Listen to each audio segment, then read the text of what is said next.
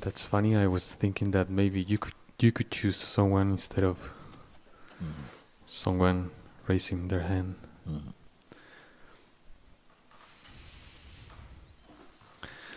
I thought for a long time that when this moment will come, I will have a great report for you. And today I see and I feel a lot of embarrassment because of a huge amount of arrogance. I thought I knew something. I thought I knew things. And I was behaving very arrogant in an arrogant way.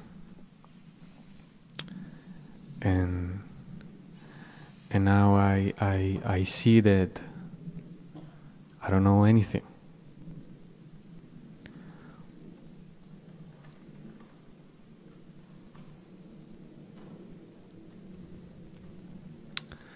And how does that feel? How does it feel when you say these words, I don't know anything, right now? How does it feel for you? It feels like a start.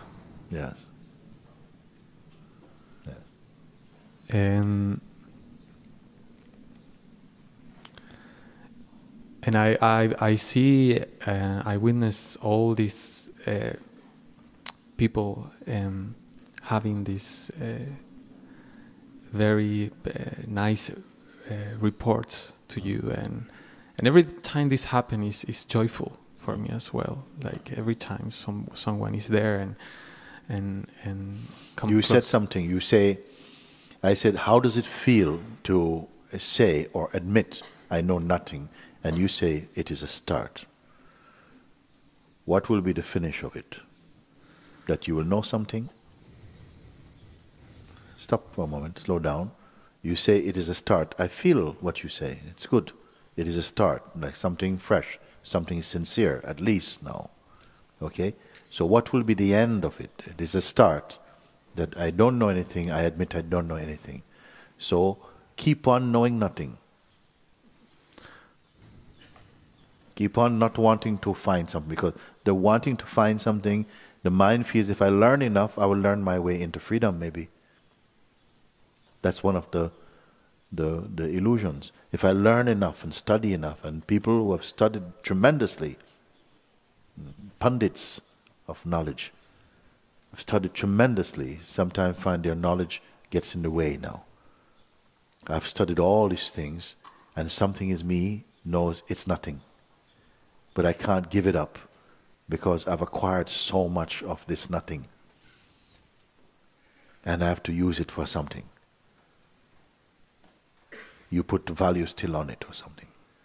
So you say it is a start, then where will be the end? Where will be the end? Will it be to know something now? I say no. Keep on going, knowing nothing.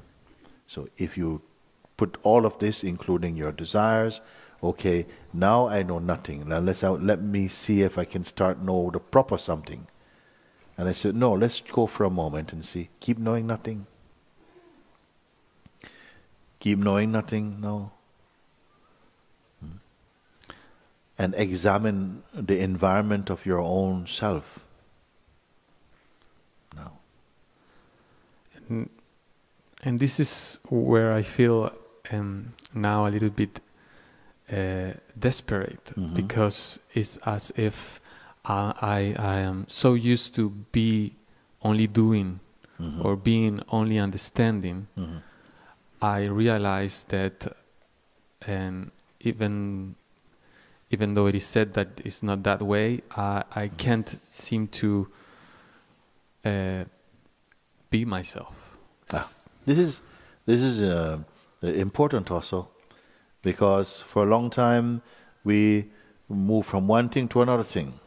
We're like Tarzan in the jungle. He swings on one vine, he takes next one, then he has to let go the next one, isn't it? Otherwise he's dangling between two things. So he swings on one piece of knowledge, then you get to another one, then you must let the whole one, then you must move on. So now you've come to something, no knowledge then, no nothing now, and then you feel you're left on your own for a moment. And everyone who comes to the stage, some anxiety is there, because now I don't know what to do. I feel completely lost. So yeah, you stay like this for a moment. Experience this feeling of feeling lost, but don't wallow in it. There's something else that's there that's actually not lost. It's not lost. It has no direction. You see? But in front of it, the mind, who's usually up to some activity, is feeling, oh, what do I do now? You're taking all my tools. You're taking all my maps, all my jobs. Now, then what can I do? How can I live like this? And this is still, the chatter is still going on. And you feel a bit lost. I don't know how to do nothing. Okay? But this is still just a noise. You see? And you are aware of this noise. Don't identify with this noise then, you see.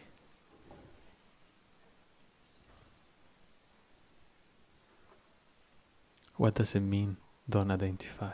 Meaning that you feel this noise from the mind, some kind of an identity that you have been wearing for a while feels maybe a bit lost. I'm not accustomed to not having something to do. So there's a bit of anxiety, some discomfort. But you are aware of this discomfort, this feeling. So just watch it without any passion. Just let it be there for a moment. Because what we all do is we try to run to the next action. You see, you try to go to the next thing because you can't bear your own silence. As yet we have not come to silence, we've only come to the end of activity for a moment. I can't know what is to be myself. Say? I cannot know what is to be myself. Yes. It's not this type of knowing. It's not the classical knowing, which is one thing knowing another thing. It's not that type of knowing. You tell me not to do anything about it, not to go there. Yeah. But I feel that that's a synonym of being myself. And what I actually feel is just a strong pull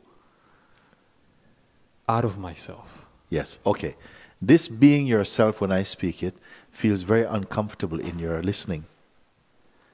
Because this being yourself, you say, but I don't know, it may be not the right words you say, I don't know how to be myself. It actually pulls me out of myself. But how can it pull you out of yourself? When I say be yourself, I mean remain. Then maybe you say, but I don't know what self there is to remain. Are you saying like that? Something like that, yes. And if I say be nothing, also it still creates something. And if I say be, it's just, if you say be nothing, it creates a peacefulness. If you say be, it creates stress. A stress. If I say be nothing, it creates a peacefulness. If I say be, it creates a stress. So to be is more stress than to be nothing. Yes, because when you say be, yeah, it feels like I have to do something. Okay. Be nothing.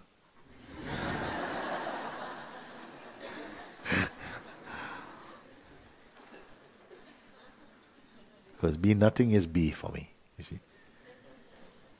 Because be something we are used to. Be nothing is just, in its honest, simple term, means remain as you are, be. But if you have the sort of mind that goes, and goes, well, that's kind of, then you must be aware of that. And I say beware of that, because sometimes mind, in this part of the inquiry, starts to be super accurate. Super accurate. So to be or to be nothing. I see. Well, actually same thing. No, but it's not the same thing. You see, it can be like that. You see? So I want to free you from this so that this kind of mentality doesn't tighten you into another posture, like to be fixed into be nothing. Because actually where you're coming into is a great flexibility, where words can be anything now, because you move beyond words. This be nothing is not a state induced by words only or supported by words. It's wordless. So it's beyond words, you see. Then when you go beyond words, you will not be afraid of words. Who gets this? Good. When you are beyond the words, then you will not be intimidated by word. You go beyond the concepts and everything become concept. So even if I say Brahman, it will just now be a concept. If I say pure consciousness, you hear it just now, it's okay. Yes, yes, because you have resolved yourself now. You don't need the words to tell you what you are now. You follow? You will still understand what they mean, but you won't have a complex about them now. If I say the being or the presence or the I am, you will still know it's the same thing. At a certain point, you know all the words are the same thing. It's all the same thing. But while you have a distinguishing mind, which is useful up to a certain point, then it will seem to matter. Did you mean this or that? Because, okay, a bit off center here or whatever, but gradually as it moves again into your naturalness, your infinite being, you see. Don't be twisted by the words. They're just a sense. They're just a pointing finger. The rest, grace completes. It reveals yourself. Your alreadiness is here.